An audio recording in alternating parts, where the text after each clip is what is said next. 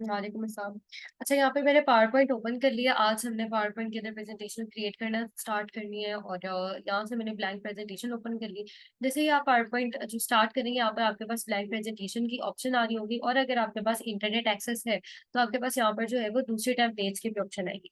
पहले हम थोड़ा सा पावर पॉइंट का स्टडी करेंगे और फिर हम टेम्पलेट्स के ऊपर आते हैं कि हम प्रेजेंटेशन के टेम्पलेट्स को कैसे यूज करते हैं और कहाँ से उनको हम लेते हैं।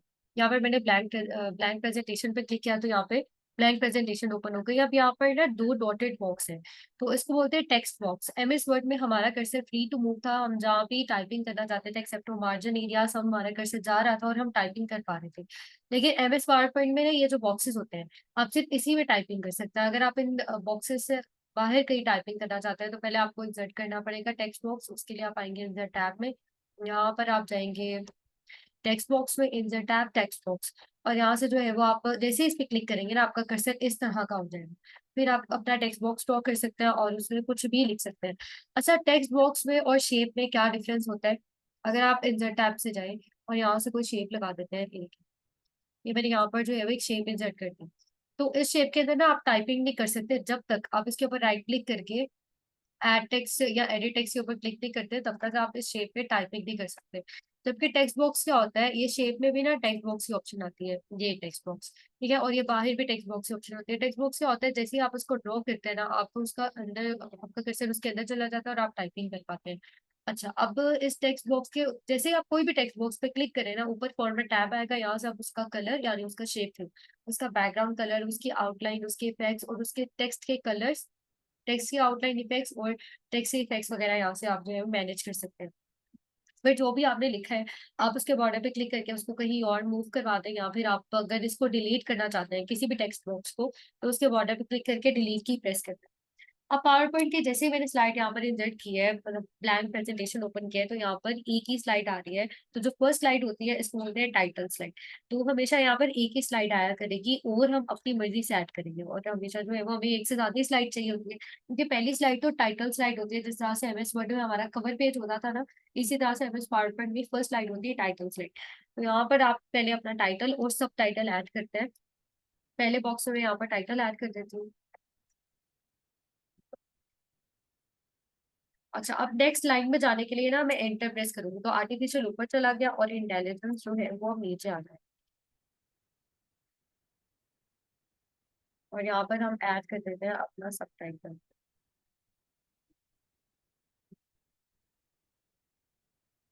अच्छा, इसको मैंने सिलेक्ट किया। सिलेक्ट करने के बाद जो है वो आप यहाँ से होम टैब से इसकी फॉर्मेटिंग कर सकते हैं, इसको बोल्ड कर सकते हैं, इटैलिसाइज, और यहाँ से जो है वो आप इसका फोन कलर मैनेज कर सकते हैं।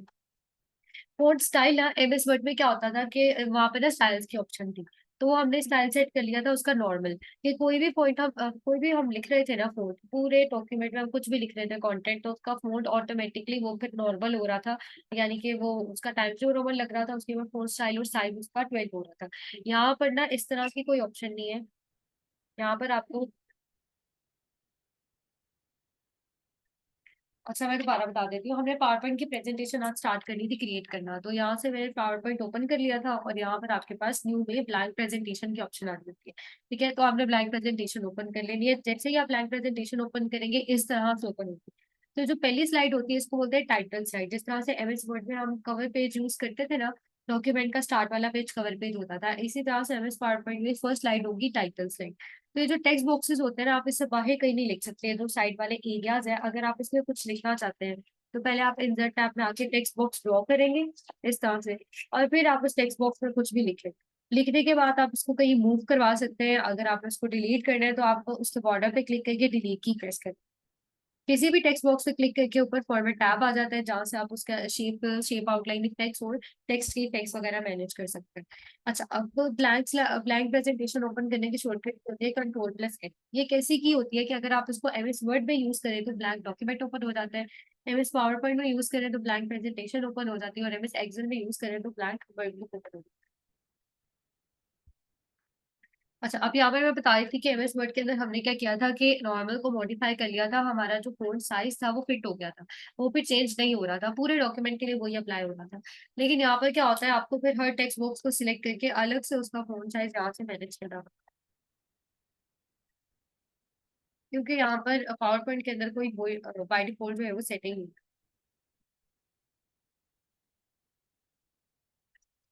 अच्छा, अब यहाँ पर मैंने एक सिंपल सी टाइटल स्लाइड क्रिएट किया। हम सब कुछ सीखेंगे इसी क्लास में, फॉर्मेटिंग और डिजाइनिंग वगैरह।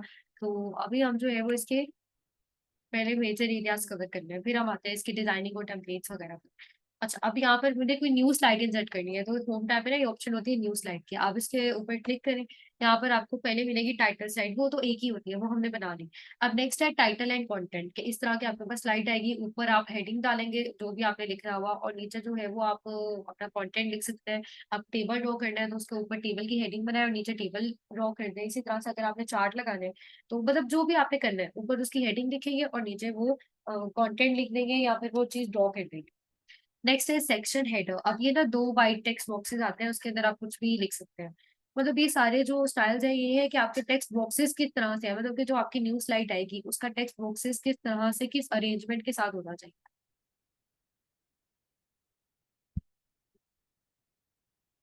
असाइनमेंट 1 थी installation of MS office. Assignment 2 आपको मिली थी एमएस वर्ड की। कल की क्लास में कोई असाइनमेंट नहीं थी, आपको असाइनमेंट मिला करेगी हर संडे। आज की क्लास की असाइनमेंट होगी एमएस वर्ड, असाइनमेंट नंबर 3। अच्छा, यहाँ पर जो होते हैं ना स्लाइड्स, तो यहाँ अपना पैटर्न और लेआउट शो करता है कि आपके पास जो न्यू स्लाइड इंसर्ट होकर है उसका पैटर्न किस तरह की हो, उसके टेक्स्ट बॉक्सेस की अरेंजमेंट किस तरह की हो। अब यहाँ पे कंपैरिजन स्लाइड है, टू कंटेंट, यानी एक ही हेडिंग के दो कंटेंट्स। ये कंपैरिजन टाइटल ओनली के ऊपर बस टाइटल दे और नीचे कुछ भी ड्रॉ करता है। ये ब्लैंक है। ब्लैंक स्लाइड इसलिए आती है कि उसके अंदर कोई भी टेक्स्ट बॉक्स नहीं होता। अगर आपका ये होता है ना कि मैंने अपनी मर्जी से टेक्स्ट बॉक्सेस ड्रॉ करने हैं, तो आप ब्लैंक स्लाइड इंसर्ट करें और टेक्स्ट बॉक्सेस उसमें अपनी मर्जी से ड्रॉ करने हैं। और इसी तरह से picture and content with caption, side पे आप कुछ लिख सकते हैं और यहाँ पर पिक्चर ड्रॉ कर सकते हैं। अच्छा, अब अगर आपने कोई न्यू स्लाइड इंसर्ट करनी है तो आप यहाँ पे भी कर सकते हैं, न्यू स्लाइड इंसर्ट टैब पे भी जाके कर सकते हैं। इसके अलावा ना आप ये जो एग्जिस्टिंग स्लाइड होती है उसके ऊपर राइट क्लिक करें। राइट क्लिक करके डिलीट स्लाइड की ऑप्शन आती है, डुप्लीकेट स्लाइड, यानी कि सेम स्लाइड पे डुप्लीकेट हो जाएंगे, नीचे भी आ जाएंगे। ठीक है, और राइट क्लिक करके आपको जो है वो डुप्लीकेट का मतलब होता है उसी स्टाइल के साथ, उसी कंटेंट के साथ डुप्लीकेट हो जाती है। और डिलीट स्लाइड की भी ऑप्शन आती है और न्यू स्लाइड इंसर्ट करने की भी ऑप्शन आती है। अगर आप कोई भी न्यू स्लाइड इंसर्ट करते हैं ना, चाहे आप यहाँ से करते हैं या कंट्रोल एम प्रेस करके करते हैं। कंट्रोल एम जो है वो शॉर्टकट की होती है स्लाइड इंसर्ट करने की। Control plus M, control plus M जो है वो स्लाइड इंसर्ट करने की शॉर्टकट की होती है, उससे न्यू स्लाइड आती है। और कंट्रोल एन जो है वो ब्लैंक प्रेजेंटेशन ओपन करने की ऑप्शन होती है। तो जैसे ही आप कंट्रोल प्रेस करेंगे, इस तरह से न्यू ब्लैंक स्लाइड आ जाएगी आपके पास। यहाँ पर आप ऊपर उसकी हेडिंग दे और यहाँ पर आप जो है वो टेक्स्ट ऐड करें। अब यहाँ पे आप देख सकते हैं बुलेट ऑलरेडी लगी हुई है, मैंने नहीं लगाई। तो अगर मैं यहाँ पे कोई भी कंटेंट लिखती हूँ ना, तो वो बुलेट्स में ही आ रहा होगा। कभी कभी हमें बुलेट चाहिए होती है, लेकिन कभी जो है वो हमें बुलेट नहीं चाहिए होती है। आप इसको डिलीट करें और यहाँ पर जो है वो आपको अब जो भी लिखेंगे वो बुलेट में नहीं आ रहा होगा। लेकिन अगर आप कुछ कॉपी करते हैं ना, तो स्टिल वो बुलेट में ही कॉपी होता है। यहाँ पर मैं वर्ड ओपन कर लेती हूँ।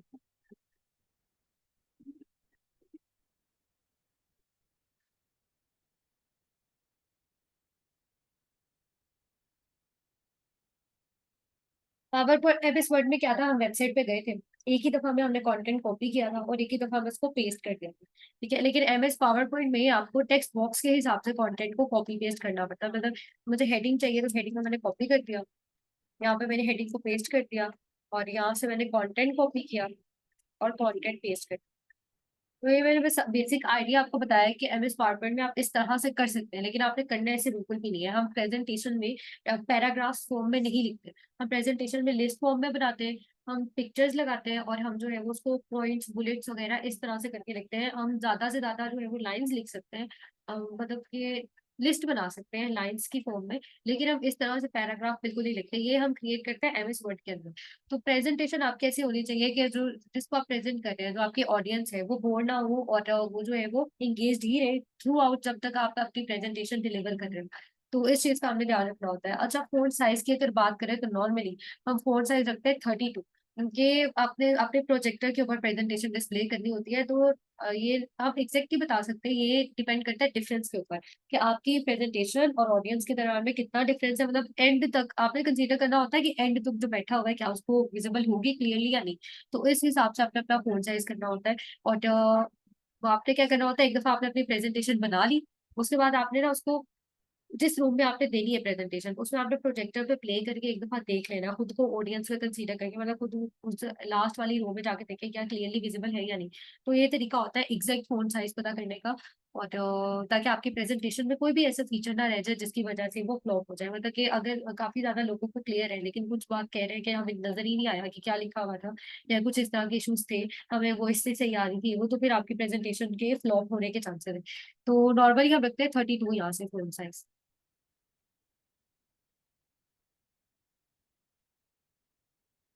इतना रखते होते हैं फोन साइज। अब ये क्योंकि पैराग्राफ फॉर्म में है, तो इसलिए आप लोग को जो है वो जरा ज्यादा लग रहा होगा। अब जैसे मैंने कॉपी पेस्ट किया है ना, तो ये देख सकते हैं आप, जो पैराग्राफ है बुलेट्स में ही आ गया। अगर आपको बुलेट नहीं चाहिए तो इसको सिलेक्ट करें और यहाँ से जो है वो बुलेट को खत्म कर दें।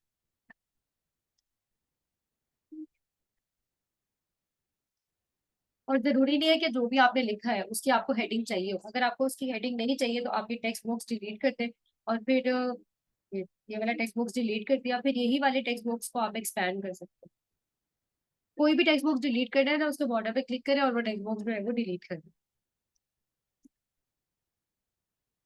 और जैसे ही हमने कंट्रोल सी और कंट्रोल वी की बात की थी, तो ये कीज जो है कंट्रोल सी कंट्रोल वी, ये हर जगह काम करती है, एक्सेल भी, वर्ड में भी और पावर पॉइंट में भी। अगर आपने अपने रीसेंट एक्शंस को रिवर्स करवाना है तो फिर आप कंट्रोल जी प्रेस करते जाए, तो आपके recent actions one by one होकर रिवर्स होते जाएंगे। और अगर आपने कोई एक्शन रिवर्स कर दिया और आप उसको रीडू करवाना चाहते हैं, तो उसके लिए कंट्रोल वाई।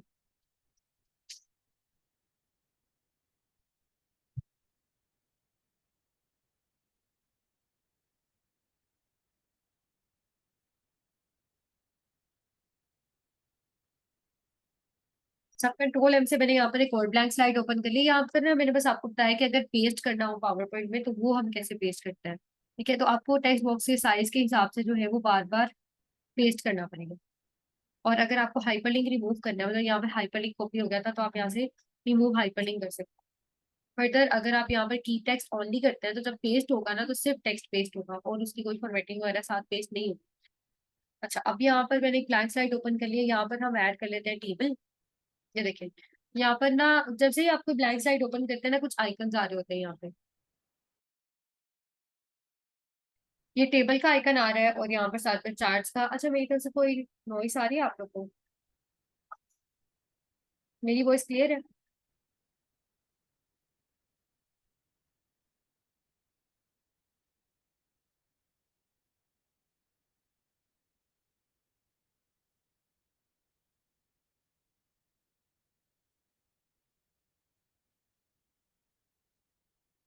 Thank you. अच्छा, यहाँ पर जो है वो आपको आइकन्स नजर आ रहे होंगे। ये टेबल का आइकन है, ये चार्ट का आइकन है, और ये है smart art graphic, online pictures, offline pictures, online pictures, और ये है इंसर्ट वीडियो। वीडियो ना हम एमएस वर्ड के अंदर नहीं इंसर्ट कर सकते, एमएस पावर पॉइंट में हम कोई वीडियो इंसर्ट कर सकते हैं। ठीक है, और यहाँ से हम टेबल ड्रॉ कर लेते हैं। अगर आपने टेबल ड्रॉ करना है तो आप यहाँ से भी कर सकते हैं। इस पे क्लिक करते हुए आपको पूछेगा कि आपके टेबल में आपको कितने नंबर ऑफ कॉलम्स और रोज चाहिए। और सेकेंडली आप इंसर्ट टैब में जाके यहाँ से भी जो है वो टेबल ड्रॉ कर सकते हैं।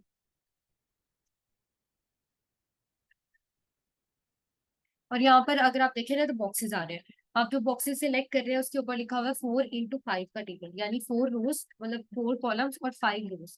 तो ये फर्स्ट वाला जो फिगर होती है वो रोज, वो कॉलम्स के बारे में होती है, और सेकेंड वाली फिगर जो है वो रोज के बारे में होती है। और यहाँ से आप इंसर्ट टेबल कर सकते हैं। वो आपसे पूछेगा कितने रोज और कॉलम्स का आपको टेबल चाहिए। जब आप टेबल ड्रॉ करते हैं ना, तो वो बस ये पेंसिल आ जाती है, उससे आप टेबल खुद ड्रॉ कर लें। इस तरह से जो है वो टेबल ड्रॉ हो जाता है, बॉक्स की तरह का। और एक इसमें लास्ट ऑप्शन आती है एक्सेल स्प्रेडशीट। इसके ऊपर क्लिक करते ही एक्सेल जो है वो यहाँ पर ओपन हो जाता है, यानी पावर पॉइंट के अंदर ही आप देख सकते हैं कि एक्सेल ओपन हो गया है, और इसके अंदर एक्सेल की छोटी सी शीट आ रही है। इसके कॉर्नर के ऊपर क्लिक करके आप उसको एक्सपैंड कर दें और आप जो है वो यहाँ पर टेबल ड्रॉ कर सकते हैं। एक्सेल में क्या होता है, एक्सेल में पहले हम डेटा एंटर करते हैं और फिर हम उसको टेबल या फिर चार्ट में कन्वर्ट करते हैं। और पावर पॉइंट और वर्ड में क्या होता है कि पहले हम चार्ट या टेबल इंसर्ट करते हैं और फिर हम उसमें डेटा एंटर करते हैं। अब क्योंकि यहाँ पे एक्सेल ओपन हो चुका हुआ है, तो यहाँ पे मैं कोई भी डेटा यहाँ पे एंटर कर देती हूँ। ठीक है, यहाँ पे मैंने डेटा एंटर कर दिया और फिर हम गए यहाँ पर इंसर्ट टैब पे और टेबल पे क्लिक कर दिया मैंने। तो ये मेरा टेबल लग के आ गया है, और यहाँ पर हम एक्सेल के थ्रू जो है वो एक्सेल के थ्रू यहाँ पे टेबल इंसर्ट कर सकते हैं। अभी मैंने जल्दी में बताया है, तो ये डिटेल को हम एक्सेल में जाकर स्टडी कर लेंगे कि एक्सेल को कैसे रन करना है, एक्सेल के अंदर टेबल कैसे बनाना है।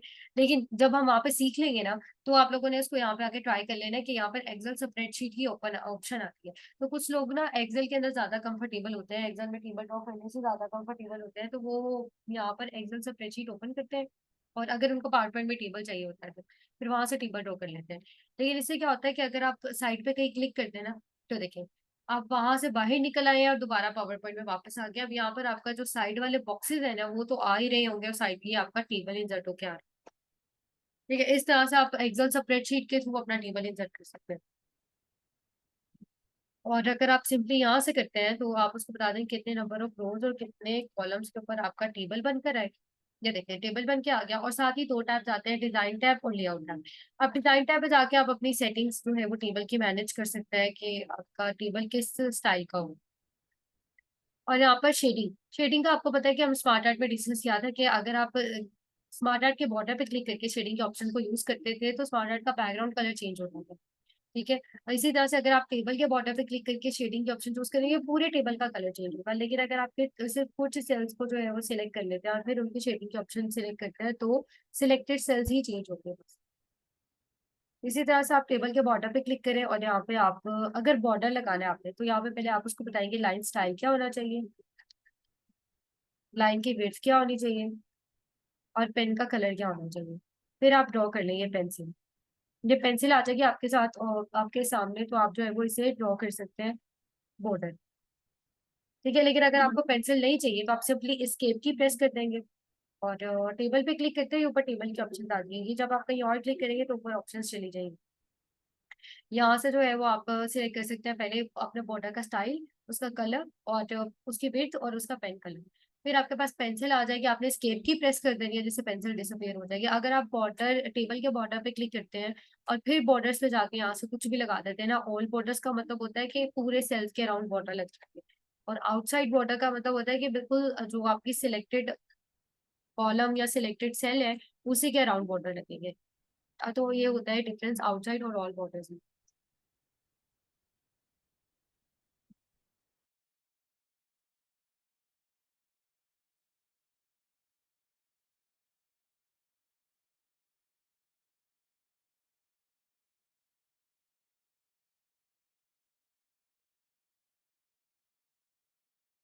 अच्छा, इसके अलावा इरेजर पे क्लिक करने से क्या होता है कि आपके जो दो सेल्स हैं वो आपस में, मतलब जिस लाइन को आप रेज करते हैं ना, दो सेल्स आपस में मिक्स हो जाते हैं। अब इस इरेजर को वापस लेने के लिए आप एस्केप की प्रेस करते हैं। अब आप देखिए एक ही सेल बन चुका हुआ है। अगर मैं इस सेल से नीचे क्लिक करती हूँ तो नेक्स्ट वाले पे आ जाते हैं। तो दो सेल्स को आपस में मर्ज करने के लिए जो है ये एक बनाने के लिए इरेजर यूज होता है। अच्छा, अब ये हेडर रो का क्या मतलब होता है, आप देख सकते हैं जो पहली वाली रो है वो डार्कर है एज कम्पेयर टू अदर रोज, तो इसका मतलब है कि हेडिंग की रो है। अगर आप इसको कर देते हैं अनचेक तो बाकी रोज की तरह हो जाएगी। इसी तरह से कभी हमने अपना टेबल बनाना तो वर्टिकली टॉप टू बॉटम, तो पहली रो हेडर रो बन जाएगी। अगर आपने अपना टेबल बनाना है ना लेफ्ट टू राइट यानी हॉरिजॉन्टली, तो फिर आप अपने फर्स्ट कॉलम को हेडिंग का कॉलम बनाएंगे। इसके अलावा टोटल की रो है, जिसमें आप अगर एंड वाली रो पे आपने टोटल शो करवाना है, ऊपर आपने न्यूमेरिकल डेटा लिखा हुआ है और एंड वाली रो पे आपने टोटल शो करवाना है, तो आप इसको भी टिक करके दूसरी रो से डिफरेंशिएट कर सकते हैं। टोटल की रो दिखाने का एक और तरीका भी होता है कि आप जो भी लिख रहे हैं टोटल में, वो उसको आप ना बोल्ड करके उसको राइट पे शो कर दे, तो ये भी टोटल दिखाने का तरीका होता है। और ये बेटर तरीका होता है कि अगर आपने लास्ट वाली रो में टोटल दिखाना है तो आप उस लाइन को बोल्ड कर दें और उसको जो नंबर्स जो है वो राइट साइड पे आने चाहिए। और आप लास्ट वाली रो को डार्क भी कर सकते हैं, जिससे पता चल जाता है कि आपकी लास्ट वाली रो डिफरेंट है, यानी उसमें आपने टोटल दिखाए हैं।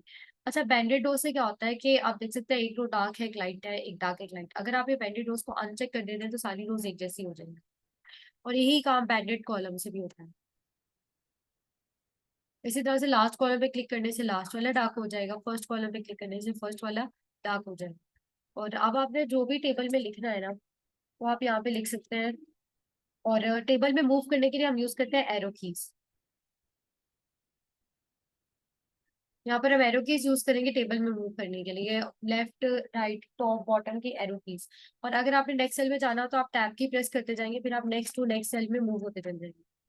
और जब आप पहुंचेंगे लास्ट सेल में और फिर आप टैब की प्रेस करते हैं तो एक और न्यू रो एंटर हो जाएंगी एंड पे।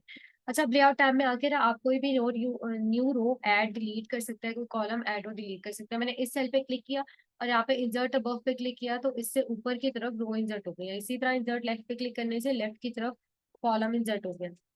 तो इंसर्ट बिलो पे क्लिक करने से बिलो रो इंसर्ट हो गई है, और इंसर्ट राइट पे क्लिक करने से राइट की तरफ कॉलम इंसर्ट हो गया। और अगर आपने कोई भी रो कॉलम डिलीट करना हो तो आप उस सेल पे क्लिक करें जिसका रो या जिसकी रो और कॉलम डिलीट करना है आपने। तो यहाँ पे डिलीट पे आके डिलीट कॉलम्स रोज या टेबल पे क्लिक करना है। अच्छा, तो अब हम आते हैं ट्रांजिशंस पे। ट्रांजिशंस क्या होते हैं? वो इफेक्ट्स जो कि अप्लाई होते हैं हमारी स्लाइड्स के ऊपर। तो उसको बोलते हैं ट्रांजिशन। मतलब जब आप स्लाइड्स को रन कर रहे हो, अपनी प्रेजेंटेशन को रन कर रहे हो, तो हर स्लाइड किस इफेक्ट के साथ अपीयर होकर आए, तो वो होते हैं ट्रांजिशन जो स्लाइड्स के ऊपर अप्लाई होते हैं। जैसे मैंने इस स्लाइड पे क्लिक किया, अब ट्रांजिशंस में जाके ना यहाँ पर मुझे उसकी टाइप्स मिल रही है। इन टाइप्स की ट्रांजिशंस है। अब ट्रांजिशंस और एनिमेशंस को आप कम से कम यूज करते हैं, खासतौर पर तब जब आप बिजनेस के अंदर कोई प्रेजेंटेशन परफॉर्म करने जा रहे हो, क्योंकि इसको ना टाइम का जो भी फीचर समझा जाता है। अगर आप एक्सेस यूज कर रहे हैं, इसका मतलब आपने हर चीज पे ही, हर स्लाइड के ऊपर आपने ट्रांजिशन लगाई हुई है या हर ऑब्जेक्ट पे आपने एनिमेशन लगाई हुई है, तो फिर जो यूजर्स होते हैं वो भी इरिटेट हो जाते हैं कि ये तो एनिमेशन और ट्रांजिशन ही प्ले हो जा रही है, हमारा टाइम वेस्ट हो रहा है और मेन चीज के ऊपर फोकस नहीं हो पा रहा है, क्योंकि टाइम लगता है इसको प्ले करने में, नंबर ऑफ सेकेंड्स लग रहे होते हैं। अच्छा, ट्रांजिशंस को आप यहाँ से सिलेक्ट कर लें। अगर आपने अप्लाई करनी भी है ना, तो आपने डिसेंट अप्लाई करनी है, मतलब कि फ्रैक्चर, क्रश, एयरप्लेन इस तरह की अप्लाई नहीं करनी। जो डिसेंट इफेक्ट्स है वो आपने अप्लाई करने हैं, जैसे पील ऑफ है, पेज कल है, रिवील है, सेपरेट, वार्प, अनकवर वगैरह। ये देखिए, तो ये होती है ट्रांजिशन के स्लाइड शो में आपकी जो स्लाइड है वो कैसे अपीयर होकर है। अब तो जैसे ही मैंने ट्रांजिशन अप्लाई की है तो सिलेक्टेड स्लाइड के साथ स्टार बना आ गए। इसका मतलब होता है कि उसके ऊपर ट्रांजिशन अप्लाई हो गई है। अब यहाँ से आप जो ट्रांजिशन अप्लाई किया है उसके इफेक्ट ऑप्शन देख सकते हैं कि पीली राइट से करवाना है, लेफ्ट से करवाना है। और ट्रांजिशन की साउंड आप यहाँ से लगा सकते हैं, अपलॉज, क्लैपिंग वगैरह, ये कुछ साउंड्स आ रही होती है जो मिस पावरपॉइंट की तरफ से होती है। अगर आपने अपनी कोई साउंड सेव की हुई है जो आपने यहाँ पे इंसर्ट करनी है कि जब मेरे पास ये स्लाइड प्ले हो तो उसके साथ ये साउंड आए, तो आप जाएंगे अदर साउंड पे, उस आप चल जाएंगे अपने म्यूजिक फोल्डर में, तो जो भी म्यूजिक आपने सेव किया हुआ है वो यहाँ पे लगा सकते हैं। अच्छा, यहाँ पे ड्यूरेशन की भी ऑप्शन आती है, ये होती है नंबर ऑफ सेकेंड्स का बॉक्स। ठीक है, ये जो लेंथ होती है ना, नंबर ऑफ सेकंड होती है, यानी मेरी जो ट्रांजिशन है 1.25 सेकंड में प्ले होती है, इसको आप जो है वो ऐड कर सकते हैं टाइम और डिलीट कर सकते हैं, कम ज्यादा कर सकते हैं इसका। अप्लाई टू ऑल पे क्लिक करने से क्या होता है कि जो भी आपने ट्रांजिशन, जो साउंड, जो ड्यूरेशन इस स्लाइड के लिए अप्लाई की है वो फिर बाकी स्लाइड्स के लिए भी अप्लाई हो जाएगी। तो ये होता है, अप्लाई टू ऑल पे क्लिक किया, ये देखिए बाकी स्लाइड के साथ भी स्टार बना आ गया। अगर मैं इस स्लाइड पे जाऊँ ना तो इसकी भी यही वाली हाईलाइटेड है, इसका मतलब इसके ऊपर यही वाली ट्रांजिशन अप्लाई हुई है। अगर आपने प्रीव्यू देखना हो ना तो यहाँ पे प्रीव्यू पे क्लिक करें और ये ट्रांजिशन प्ले हो गई है। ये अप्लॉज की साउंड थी, इसको मैं यहाँ से कर रही हूँ नो साउंड और अप्लाई टू ऑल करते हैं। अच्छा, तो अप्लाई टू ऑल से क्या होता है, ये तीनों चीजें ट्रांजिशन, साउंड और ड्यूरेशन बाकी स्लाइड्स पर भी अप्लाई होगा।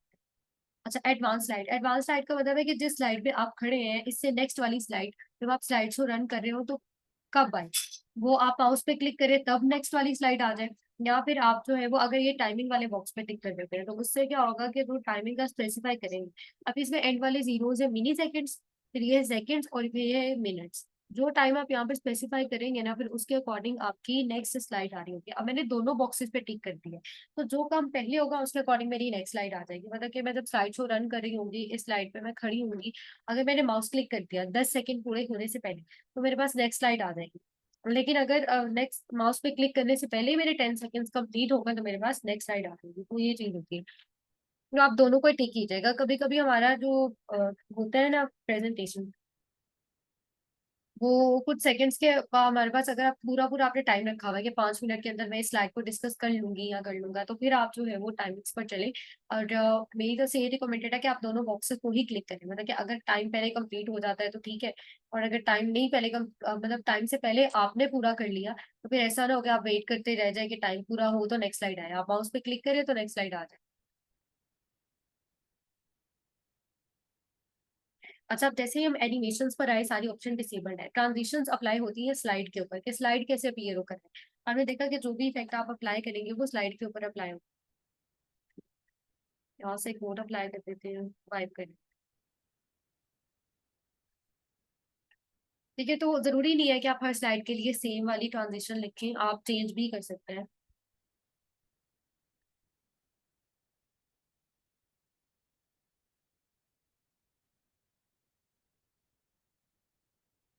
तो ट्रांजिशंस होते हैं वो इफेक्ट्स जो कि स्लाइड के ऊपर अप्लाई होते हैं। एनिमेशंस वो इफेक्ट्स होते हैं जो कि अप्लाई होते हैं ऑब्जेक्ट पर। ऑब्जेक्ट का मतलब होता है कोई पिक्चर भी हो सकती है। अगर पिक्चर और स्मार्ट आर्ट और पावर पॉइंट में इंसर्ट नहीं करेंगे, एमएस वर्ड में जिस तरीके से इंसर्ट की सेम उसी तरीके से यहाँ पर इंसर्ट ऐप आता है। यहाँ से picture, screenshot, online picture, shape, smart art वगैरह आप इंसर्ट कर सकते हैं। और चार्ट जब हम एक्सेल में हम लर्न कर लेंगे उसकी सारी सेटिंग्स, तो फिर मैं बताऊंगी कि वो पावर पॉइंट में भी सिंपली चार्ट इंसर्ट होते हैं। पावर पॉइंट में कैसे इंसर्ट होते हैं कि आप यहाँ पर चार्ट इंसर्ट करेंगे, चार्ट पे क्लिक करिए। ठीक है, यहाँ पर आपके पास ना चार्ट की सारी टाइप्स आ जाएंगी।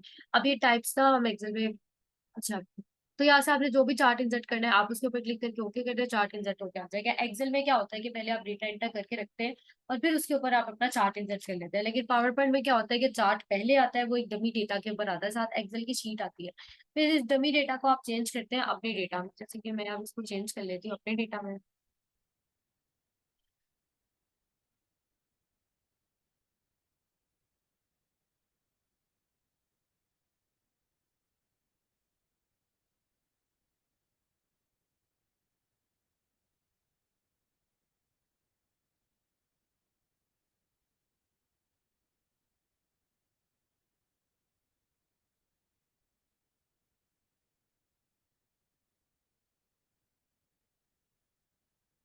यहाँ पर मैंने डेटा चेंज कर लिया तो पीछे चार्ट भी मेरे डेटा के अकॉर्डिंग हो गया। अब आप लोग सोचोगे जितनी रेंज में मेरा डेटा था मैंने तो उसी रेंज के ऊपर जो है वो ऐड कर दिया है अपना डेटा। अगर मेरे जो रेंज है डेटा की वो इस सिलेक्टेड रेंज जो ऑलरेडी सिलेक्टेड थी उससे ज्यादा हो तब, तो आप ना इस शीट को एक्सपैंड भी कर सकते हैं यहाँ से। ठीक है, एक कॉर्नर पे क्लिक करके इसको एक्सपैंड करिए, जहां तक आप अपना डेटा एंटर करते हैं वो ऑलरेडी सिलेक्ट कर लेगा ऑटोमेटिकली। ठीक है, अब मैंने अगर यहाँ पर fourth column fifth column add करती हूँ ना, देखो उसने इसको ऑटोमेटिकली सिलेक्शन में इंक्लूड कर दिया। तो जब आप अपना डेटा एंटर कर चुके हो तो आप यहाँ से शीट को क्रॉस करते हैं। अब जैसे ही हम चार्ट से बाहर निकले हैं ना, तो यहाँ पर दो ऑप्शन है, ये डिजाइन टैब, फॉर्मेट टैब और ये जो इसकी सेटिंग्स है, ये हम एक्सेल में जो है वो डिस्कस करेंगे चार्ट्स के ऑप्शन। तो इंसर्ट करने का तरीका डिफरेंट था, बाकी जो है वो सब सेम था। ये जो चार्ट के ऊपर दो टैब्स हैं और ये जो ऑप्शंस हैं ये सेम है एक्सेल से, ये हम एक्सेल में डिस्कस कर लेंगे। और टेबल और चार्ट इंसर्ट करने का तरीका डिफरेंट होता है कि वर्ड और पावर पॉइंट में क्या आता है कि पहले टेबल और चार्ट आते हैं और फिर आप उसको जो है वो एडिट करते हैं उसका डेटा। ठीक है, पहले फिर वो पहले चार्ट और टेबल आता है और फिर आप उसके अंदर अपना डेटा एंटर करते हैं। जबकि एक्सेल में क्या होता है कि पहले आप डेटा एंटर करते हैं और फिर वो उसको टेबल में या चार्ट में कन्वर्ट कर देते हैं। तो बस ये डिफरेंस होता है। एनिमेशंस की हम बात कर रहे थे कि एनिमेशंस अप्लाई होते हैं ऑब्जेक्ट्स के ऊपर, या तो किसी पिक्चर पे या किसी शेप पे और या किसी टेक्स्ट बॉक्स पे, तो ऑब्जेक्ट्स के ऊपर एनिमेशन अप्लाई होता है। जिसमें भी आपने एनिमेशन अप्लाई करना हो आप उस ऑब्जेक्ट पे क्लिक करें, और जैसे ही आप उस पर क्लिक करेंगे एनिमेशंस की सारी ऑप्शन जो है वो इनेबल हो जाएंगी। यहाँ से आप सिलेक्ट कर लें कि आपको कौन सी एनिमेशन अप्लाई करनी है। एनिमेशन तीन टाइप्स की होती है। एंट्रेंस, कि मतलब आपका ये जो ऑब्जेक्ट है वो स्लाइड शो में एंटर किस तरह से होकर आए। ठीक है, फिर एम्फेसाइज का मतलब होता है अगर आपने किसी चीज को गौर करवाना हो तो आप उसको ये वाली एनिमेशन उस पर अप्लाई कर सकते हैं। और एग्जिट का मतलब होता है कि वो एंटर हो गया, वो डिस्कस भी हो गया, अब वो निकल के कैसे जाए, मतलब उस साइड से निकल के चला जाए, एग्जिट हो जाए। तो यहाँ से अब हम तीनों तरह की ऐड कर लेते हैं। मैंने बाउंस पे क्लिक किया तो अब ये बाउंस वाली जो है वो ऐड हो गई है कि वो जब मैं स्लाइड शो रन करी हूँ तो इस तरह से अपीयर। अब जैसे इस पे क्लिक करेंगे आप देख सकते हैं इसका वन का साइन आ रहा है। तो जब आप ट्रांजिशन ऐड करते हैं तो स्टार बना आता है, जब आप एनिमेशन ऐड करते हैं तो इस तरह से प्रॉपर उसकी काउंटिंग होती है। अब ट्रांजिशन आप एक ही ऐड कर सकते हैं, एक स्लाइड के लिए एक ट्रांजिशन ऐड कर सकते हैं, जबकि एनिमेशन आप एक ऑब्जेक्ट के लिए एक से ज्यादा भी ऐड कर सकते हैं। अच्छा, अब यहाँ पर ऐड एनिमेशन पे क्लिक किया। अगर आपने एक ऑब्जेक्ट के लिए एक से ज्यादा चाहिए होती है ना आपको, तो आप ऐड एनिमेशन पे क्लिक करते हैं और यहाँ पे आप जो है वो दूसरी टाइप्स की भी ऐड करनी है अगर आपने करनी है।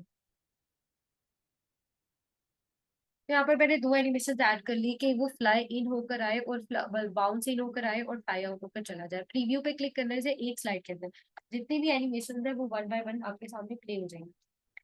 अच्छा, इसी तरह से मेरा दूसरा ऑब्जेक्ट था और इसके ऊपर भी मैंने एनिमेशन लगा दी है। एनिमेशन लगाना बिल्कुल भी जरूरी नहीं होता, ये हम तब लगाते हैं जब हमें जरूरत होती है एनिमेशन लगाने की, अदरवाइज हम एनिमेशन नहीं लगाते। अब एनिमेशन लगाने की जरूरत कब होती है एनिमेशन ना एक्चुअली चीज़ों को रीऑर्डर करने के लिए यूज़ होता है। मतलब जब मैं स्लाइड शो रन कर रही हूँ, तो मेरे पास असाइनमेंट टू पहले लिखा हुआ है और फिर मेरे पास आर्टिफिशियल इंटेलिजेंस आए, फिर मेरे पास कोई पिक्चर आए। तो मतलब कि जितनी भी आपके स्लाइड में चीज़ें आ रही हैं, अगर आप उसको रीऑर्डर करना चाहते हैं ना कि पहले ये प्ले हो, फिर ये प्ले हो, फिर ये प्ले हो, तो फिर आप जो है वो उसके ऊपर एनिमेशन लगाते हैं और आप उसको रीऑर्डर करते हैं।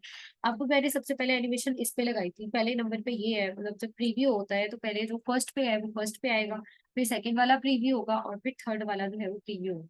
और फिर सारे आ रहे होंगे। तो आप ना रीऑर्डर कर सकते हैं, मतलब एनिमेशन मैंने लगा दिया। अब मैं चाहती हूँ असाइनमेंट तो मेरे पास पहले लिखा हुआ है, तो मैंने इसके ऊपर क्लिक किया और ये एनिमेशन पे एंड पे ऑप्शन होती है मूव अर्लियर। यहाँ पर मैंने इसको फर्स्ट बना दिया। अब ये जब प्ले होगी ना, तो ये देखिए असाइनमेंट तो मेरे पास पहले लिखा हुआ आ रहा है और फिर ये। तो एनिमेशन अगर आप ज्यादा यूज करते हैं ना, हर ऑब्जेक्ट पे आप एनिमेशन लगाते हैं, तो ये एक इरिटेटिंग चीज होती है। तो जब हमें जरूरत पड़ती है रीऑर्डर करने की, कि अगर आपने जो है वो ऑर्डर वाइज चीजों को डिस्कस करना होता है, तो फिर आप एनिमेशन देखें।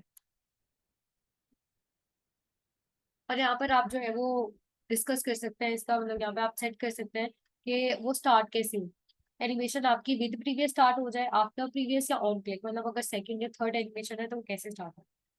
फिर आप उसके ड्यूरेशन नंबर ऑफ सेकंड्स में यहाँ पर स्पेसिफाई कर सकते हैं और डिले टाइमिंग्स के जो पहली वाली है उसके इतनी देर बाद ये प्ले हो। अच्छा, इंसर्ट टैब में ना यहाँ पर ऑडियो इंसर्ट करने की ऑप्शन होती है। ऑडियो दो तरीके से होती है। ऑडियो ऑन माई पीसी जो सेव्ड ऑडियोज है, और इसके अलावा दूसरी ऑप्शन होती है रिकॉर्ड होती है, कि अभी रिकॉर्ड करके इंसर्ट करनी है। तो यहाँ पर आप कोई भी इसका नाम दे दें, नाम का कोई फायदा नहीं होता, मतलब वो डिस्प्ले नहीं हो रहा होता। और रेड बटन पे क्लिक करने से आपकी साउंड की रिकॉर्डिंग स्टार्ट हो जाएगी और ये आ रही है नंबर ऑफ सेकंड पे। तो जैसे ही आप रिकॉर्डिंग कंप्लीट कर लें, आप ओके पे क्लिक करेंगे तो आपका ये साउंड आइकन आ जाएगा। जहां भी आपने इसको प्लेस करना है वहां पे आप इसको प्लेस कर दें। इसके साउंड के बटन सिर्फ तभी डिस्प्ले होंगे जब आप इसके ऊपर अपना कर्सर लेकर आएंगे। ठीक है, तो यहाँ पर इसके प्ले बटन आ रहे हैं। अच्छा, अब इसका जो आइकन है ना, इसके आइकन को आप चेंज भी कर सकते हैं। राइट क्लिक करें और यहाँ पर आप जाएंगे चेंज पिक्चर में। और जो सेव, अगर आपने कोई सेव आइकन रखा हुआ है जिसको आप इसकी जगह लगाना चाहते हैं, तो वो लगा सकते हैं। अदरवाइज आप पिंग से सर्च कर लें।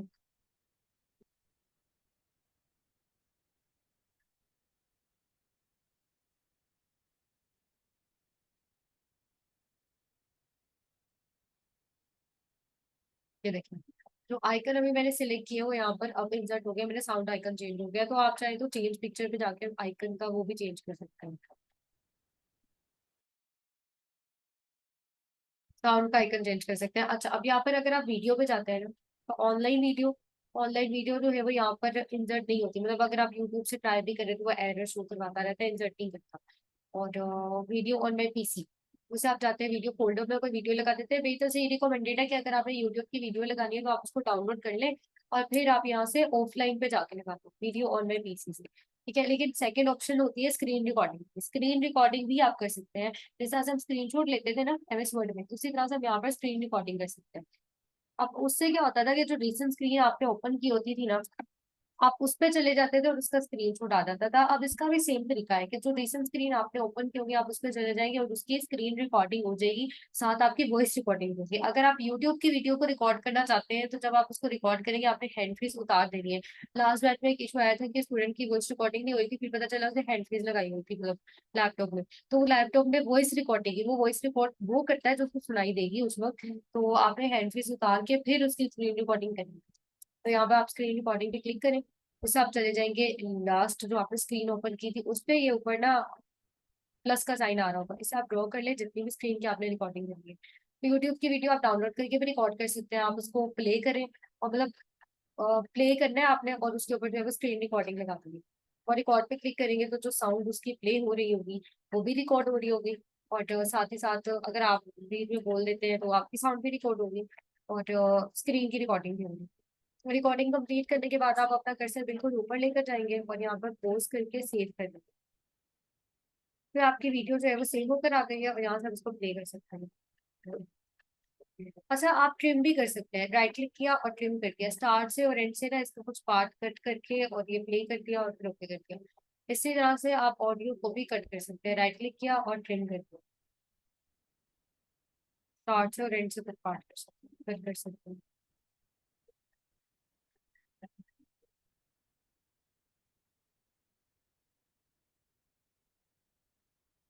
इसके ऊपर भी आप एनिमेशन लगा सकते हैं, अगर हम चाहे ना एनिमेशन, तो इसके ऊपर भी एनिमेशन लगा सकते हैं। तो एनिमेशन हम हर चीज पे लगा सकते हैं, क्या चीज पहले प्ले हो, क्या चीज बाद में प्ले हो, तो इसके अकॉर्डिंग हम एनिमेशन लगा लेते हैं।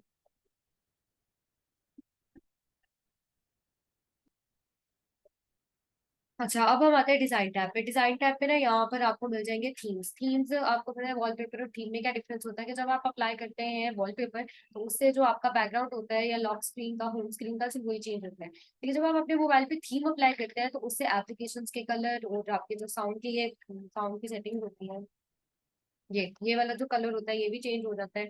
और भी काफी ज्यादा चीजों पर थीम का इम्पेक्ट आता है, मतलब प्रेजेंटेशन पे भी इम्पेक्ट आता है। तो ये होता है थीम और वॉलपेपर में डिफरेंस। यही चीज पावर पॉइंट में भी अप्लाई होती है, कि अगर आप यहाँ से कोई थीम अप्लाई करते हैं ना, तो एक तो वो सारी स्लाइड्स पे अप्लाई हो जाएगा। देखो थीम आप यहाँ से, ये जो ऑफलाइन थीम्स आ रहे हैं, जो आपके पास विदाउट इंटरनेट एक्सेस के भी आ रहे हैं, किसी भी थीम पे आप अपना कर्सर लेकर आए तो आपको उस थीम का आइडिया शुरू हो जाएगा। जैसे मैंने इस पे क्लिक किया, तो ये थीम अप्लाई हो गया। अब ये बाकी स्लाइड्स के ऊपर भी अप्लाई हो गया, मतलब जो थीम आप अप्लाई करेंगे वो सारी स्लाइड्स के ऊपर अप्लाई हो जाएगा। उसके फर्दर वेरिएंट्स आपको यहाँ पर ही मिल जाएंगे।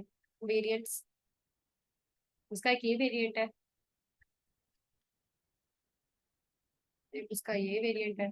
अच्छा, कोई ऐसे थीम्स होते हैं जिसमें ना आपको अपना वो नजर नहीं आता, फोंट कलर नजर नहीं आता। अब जैसे ना, इसमें मैंने, आपको याद होगा, ब्लू सिलेक्ट किया था, ये स्ट्रॉन्ग एआई का भी फ्लू किया था, इसका भी फ्लू किया था, लेकिन अब ये थीम के अकॉर्डिंग चेंज हो चुका है। जैसा मैंने बताया कि थीम जो है वो हर चीज को इम्पेक्ट करता है, तो ये आपके लिए डिजाइन भी चेंज कर देता है, आपकी शीट के अपीयरेंस चेंज कर देता है, और कलर्स वगैरह भी। तो जैसे थीम्स होते हैं, जब आप उसके उनको सिलेक्ट करते हैं ना, तो आपका फोन जो है वो डिसअपियर हो जाता है। जैसे कि अगर मैं ये वाला थीम लगाऊं,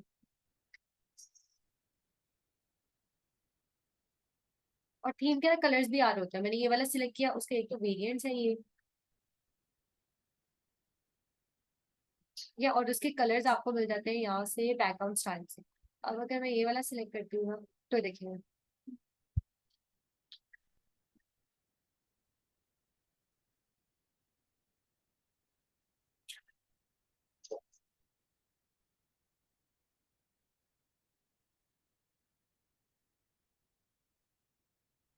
मैंने ये वाला थीम अप्लाई किया, तो आप देख सकते हैं कि मुझे कुछ भी नजर नहीं आ रहा है। यहाँ पर जो मैंने लिखा हुआ था ना, वो सारा फोन कलर अब वाइट हो चुका है। मतलब ऐसा नहीं सोचना कि आपने जो लिखा था वो डिसअपियर हो गया, वो वाइट हो जाता है उसका फोन कलर। तो इसको आप सिलेक्ट करें और फोन टैब से आके जो है वो आप इसका फोन कलर चेंज करना, अगेन अपीयर हो जाएगा।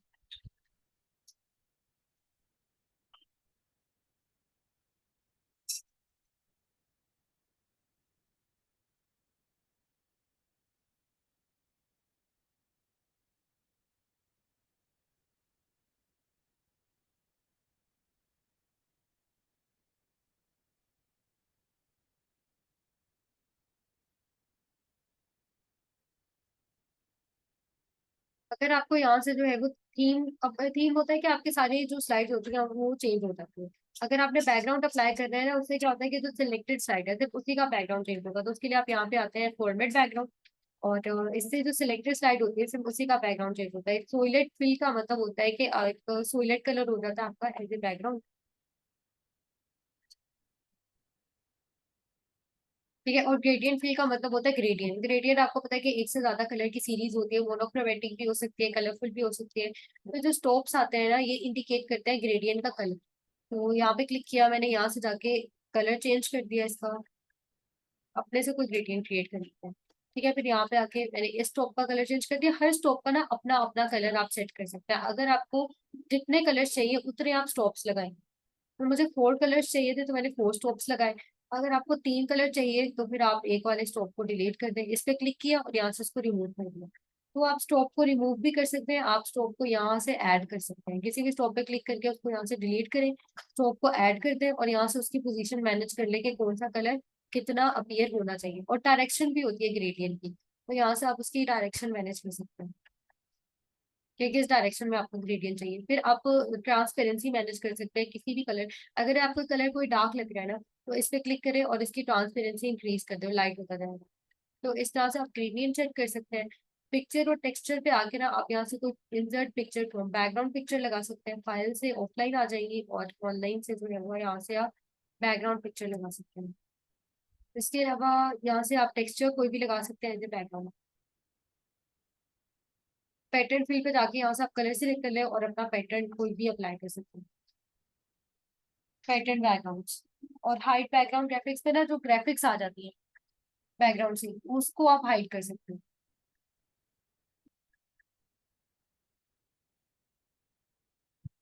अच्छा, अब यहाँ पर अगर आपको अपना सेट किया हुआ बैकग्राउंड नहीं पसंद आता और आप उसको रीसेट करना चाहते हैं तो आप रीसेट बैकग्राउंड पे क्लिक कर देंगे। अप्लाई टू ऑल पे क्लिक करने से क्या होगा कि बाकी सारी स्लाइड्स पर भी आपका जो है वो सिलेक्टेड पैटर्न अप्लाई हो जाएगा। तो ये फर्क होता है कि फॉरवर्ड बैकग्राउंड से सिर्फ सिलेक्टेड स्लाइड का बैकग्राउंड चेंज होता है और थीम से जो है वो बाकी सारी स्लाइड्स भी चेंज होता है। और यहाँ से आप स्लाइड का साइज मैनेज कर सकते हैं। स्टैंडर्ड का मतलब होता है इन शॉर्ट फिट करके स्क्वायर शेप आ जाए, और अदरवाइज जो है वो इसका लैंडस्केप भी होता है कि इसकी विड्थ ज्यादा होती है, हाइट कम होती है। अच्छा, ये अब ये सारे फीचर्स थे पावर पॉइंट के प्रेजेंटेशन के। अब आपने ना सिंपल क्या करना है, आपने टेम्पलेट्स यूज करनी है और टेम्पलेट्स यूज करके आप अपने प्रेजेंटेशन क्रिएट कर सकते हैं। अगर आप थीम की बात करें तो आपको यहाँ पर न्यू पे आके थीम जब आप सर्च करेंगे तो पावर पॉइंट के ऑनलाइन थीम्स भी मिल जाएंगे। एक तो ऑफलाइन थीम्स अंदर होते हैं डिजाइन टैब में, और ऑनलाइन थीम जो है वो आपको यहाँ पर मिल जाएगा।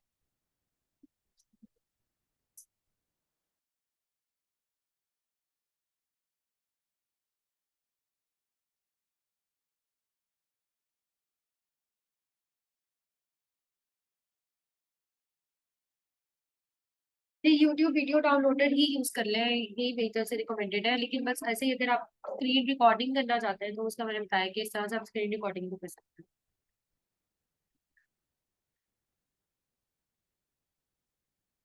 अच्छा, अब यहाँ पर थीम्स आ गए हैं तो कोई भी अगर आपने थीम डाउनलोड करना है, इनमें से कोई यूज करना है, तो आप उसके ऊपर क्लिक करें और यहाँ पर जो है वो क्रिएट पे क्लिक करना है।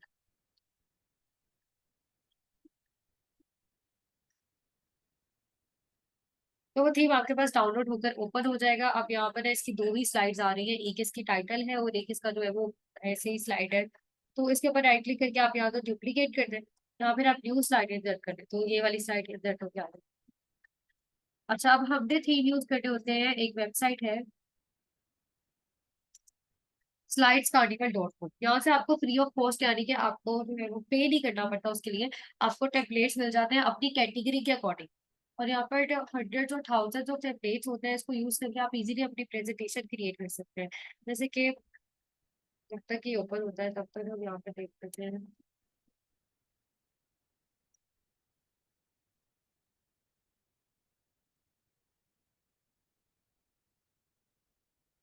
अब ये प्रेजेंटेशन का जो फॉर्मेट है, जो इसका टेम्पलेट है, ये मैंने उसी वेबसाइट से डाउनलोड किया था। तो यहाँ पर आप देख सकते हैं, अगर मुझे किसी भी मेडिकल किसी हॉस्पिटल की प्रोफाइल अगर मुझे बनानी है या फिर कोई अपनी फील्ड की मुझे बनानी है प्रेजेंटेशन मेडिकल की, तो मैं इजीली उसके लिए टेम्पलेट यूज कर सकती हूँ। यहाँ पर स्टार बना रहा है सबके साथ, इसका मतलब कोई ना कोई ट्रांजिशन अप्लाई हुई है।